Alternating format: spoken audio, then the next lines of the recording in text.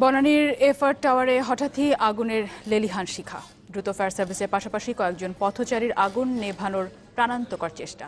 এগিয়ে আসেন যে যার মতো, যদিও তাতে ব্যাঘাত ঘটায় উৎসুক জনতার ভিড়।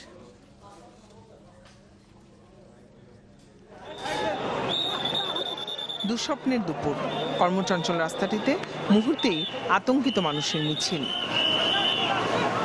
22 তলা ভবনে আগুন নেভাতে যখন নাকাল ফায়ার সার্ভিস, তখন এক মুঠো বালু নিক্ষেপ করে হলেও এই অভিযানে সামিল এই নারী।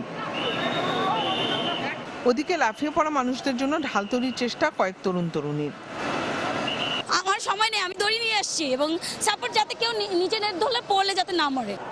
বনানীর এফআর টাওয়ারের আশেপাশের লোকজন অসহায়ের মতো চেয়ে দেখেছেন কিভাবে মর্মান্তিক মৃত্যুর শিকার হয়েছে মানুষ, আর যারা বেঁচে ফিরেছেন তারা হারিয়ে ফেলেছেন কথা বলার শক্তিটুকু। 6 জন লোক এদিক দিয়ে পড়ছে, পড়ে মারা গেছে, সাথে সাথে ডেড। জীবিত আর কেউ আছে, সবাই মৃত, কারণ আমরা দেখছি আধ্যা ধরছি যে মাংস আপনার খোয়া পড়া জায়গা ভিতর থেকে। এত বড় দুর্যোগের মাঝে বড় বড় মতো ফায়ার সার্ভিসের কাজে ব্যাঘাত ঘটায় উৎসুক জনতার ভিড়, যা সামাল দিতে চলে যায় অনেকটা সময়। এখানে জনগণ এত বেশি, উৎসুক জনতার এত ভিড়, যেখানে প্রপার ভাবে কাজ করা সম্ভব। মানুষ এত বেশি হয়েছিল যে বেশি হওয়ার কারণে ওরা যে ডিফেন্সের জায়গা ছিল ওরা সার্ভ করতে পারতেছিল না।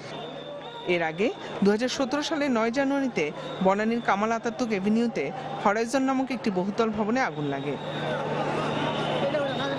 জিনিয়া কবির সূচনা, চ্যানেল 24, ঢাকা।